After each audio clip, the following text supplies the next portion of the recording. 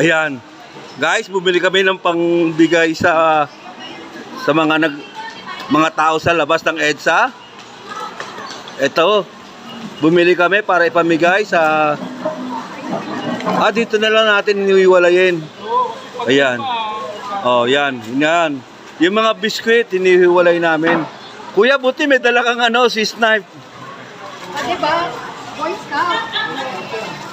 Para ito pang gutom lang ba? Oo. Kasi kulang po yung pagkain na nadala. At Ayan ang mga biskwit namin binili. so, pagtawid gutom lang po. Kasi Para ibigay sa mga nagrarally sa EDSA. Oh, ayan. Oh. Sa mga gusto lang po mag-donate, so pwede po kayo magpadala ng mga biskwit dito po sa EDSA. Mga nilagang itlog, nilagang mais, nilagang kamote, nilagang saging. Paladatin natin isang maramihan na. Paano bang gumalin mo yan? Sige. Oo, ay wala yan. Wala na sila. Hindi ko pwedeng pili. Sabagutin mo. Wala, yabo. Ayan. Oh. Ngayon po, wala pa kami sa area ng nagrarally.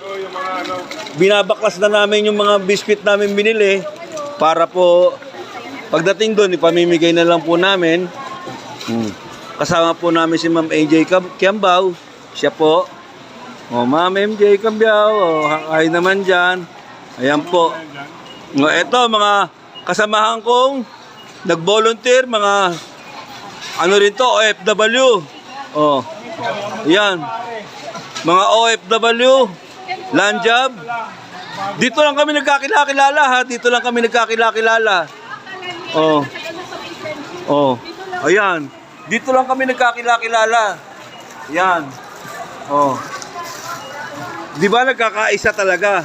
Ganyan talaga pagka gustong magbago ang gobyerno. Dito lang kami nagkakilala yan. Ano. Oh. Yan. Kaya halika na po kayo. Dito. Ayan po. Sabi ni Mobilis sa UK at ng mga UK BBS, sorry, hindi ako magbabayad dyan from OFW sa UK. Diba, sinarge ko na lang na sinarge ko credit card mo. No, sinarge ko na lang. Okay na yung basura. Bahala na. Matapon yung gatas.